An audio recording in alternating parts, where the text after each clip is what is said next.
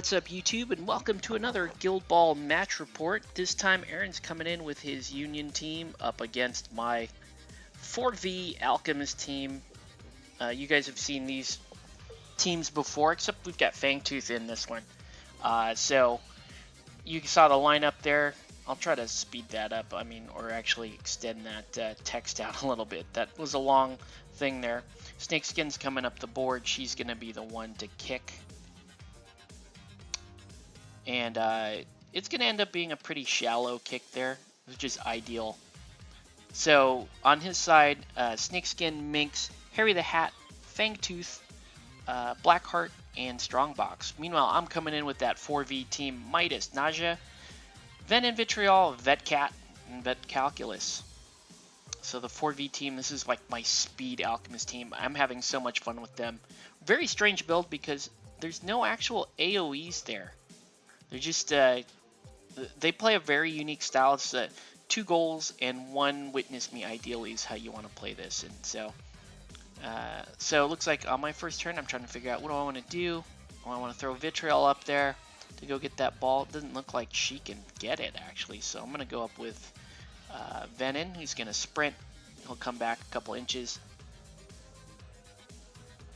And he'll pass that ball to Vitriol.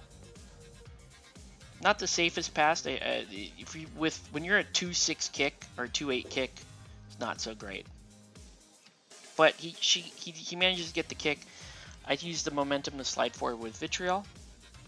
Aaron's gonna just throw the turtle up. Actually, no, he sprints up with Harry, and he's gonna throw a Molotov there, right on top of Venin. But here's the thing, he doesn't care about it getting Venin. Venin's just a bonus. What he's trying to do is clog up the lane there for the cat. And it's actually a pretty smart thing to do, so he's going to try to make me play around that. Meanwhile, we throw a couple of useless activations. Our mascots both move up, Nausea and then Strongbox. Then I'm going to, looks like I'm going to move up with Calculus, who goes off the poison that Venin took. He took poison and then the extra armor. So I've been burned before, gives her the little dodge. She's going to walk around the corner there, take a shot at Snakeskin. Looking for a push dodge, don't get it, because my dice suck.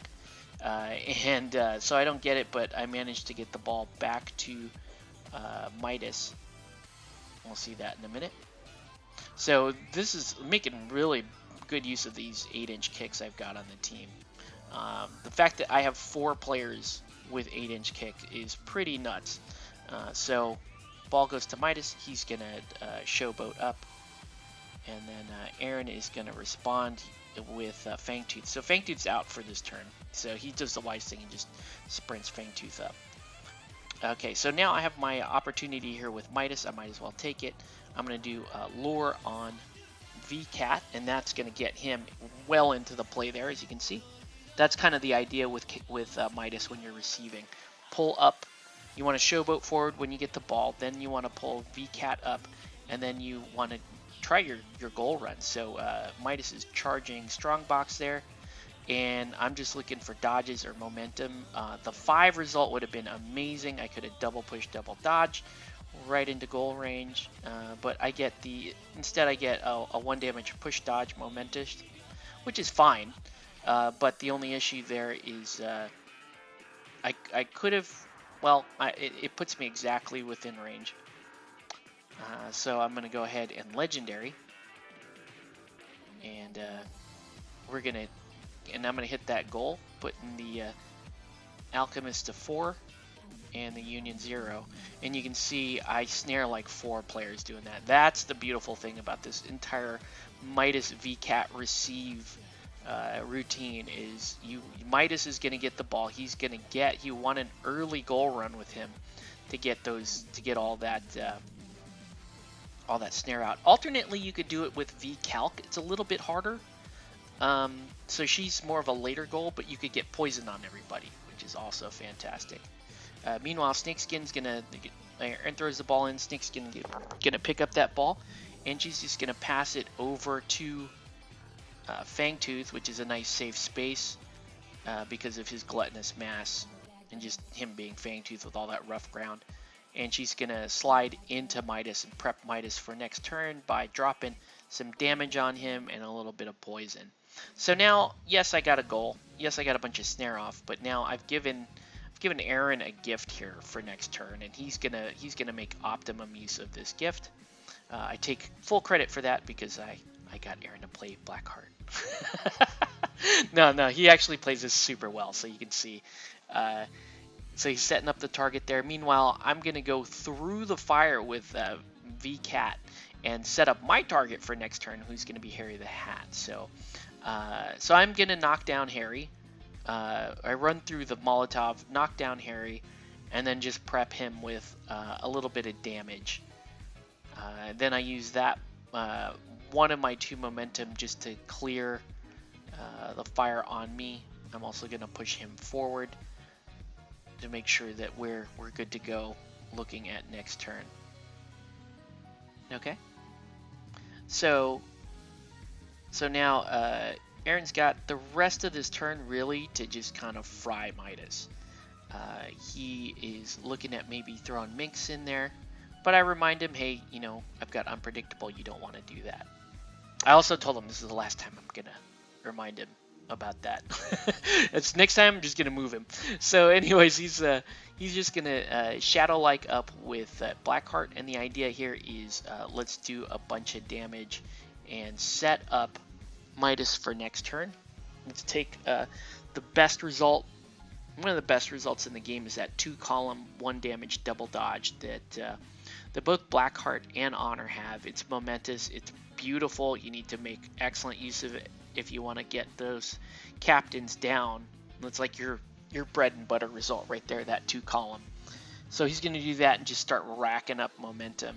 And he's just going to guarantee his first turn next turn. Meanwhile, I'm going to throw Sprint V-Calc up. And unfortunately, I'm just shy of being able to pull the condition off Midas. I would have loved to have been able to pull Poison or Knockdown off. Because I forgot to mention that the Blackheart did knock him down. Instead, I'm going to pull, I think I pulled Poison off of Venom there and just slide over the crates there. Final activation of the turn is going to be Minx. Oh, sorry, I do a little bit of damage to Harry, because why not? Why not, Harry? You're on the ground. We're going to prep you for our next turn. So, meanwhile, Minx could have charged Midas, but that would have been a mistake. That would have given me unpredictable movement and would have had him out of place for the next turn. So I think Aaron plays this right. It's the end of the turn. We're going to play our cards. I forget what Aaron plays. I think he plays Poised, and I play I play the one where you get to remove influence off a model that has died. So we're just gonna set up here. So we're really going for a fast game here, both of us, which is great. I mean, these are always super entertaining games when you're playing for that full speed, like breakneck play, playing a little riskier than you may have. Now here we go with some classic Blackheart here. So what you do, again, you take a hostage at the end of the first turn. And then the next turn, you full clip Blackheart, as Aaron has done.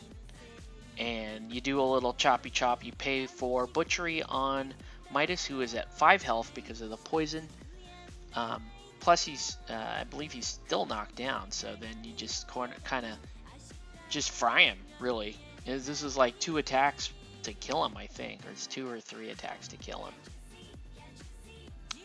So this is the classic 6-point activation.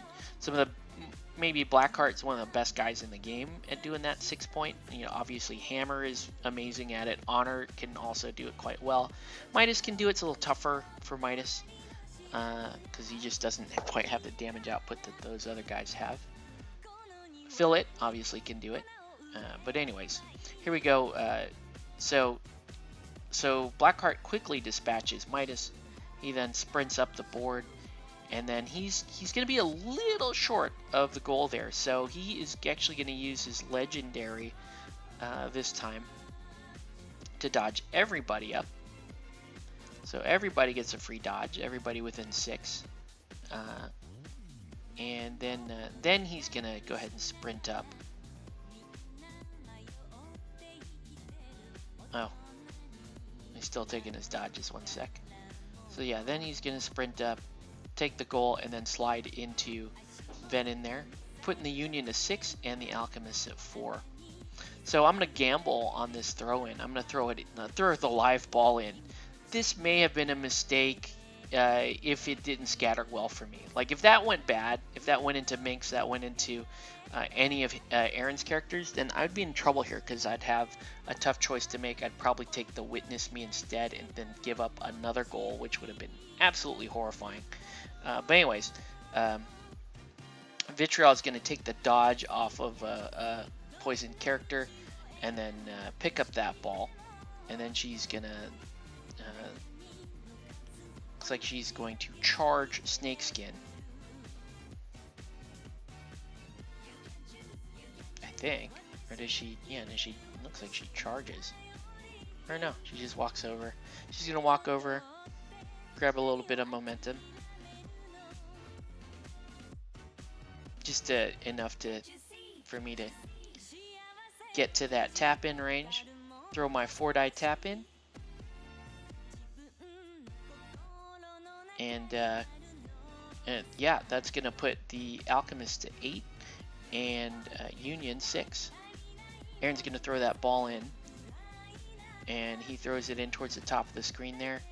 Snakeskin is going to dodge into that ball. And here's the thing. Snakeskin was not snared. Snakeskin could have possibly tried to go back to Blackheart if he was in position, but she's just going to protect that ball, nimble clone, which is awesome. That ball's basically dead to anybody left on the board. Instead, though, I'm going to go ahead and attempt to Witness Me on a Harry and just use that to finish up the game. So that's going to do it for this game. Thanks everyone for watching. Alchemist 12, Union 8. Catch you on the next one.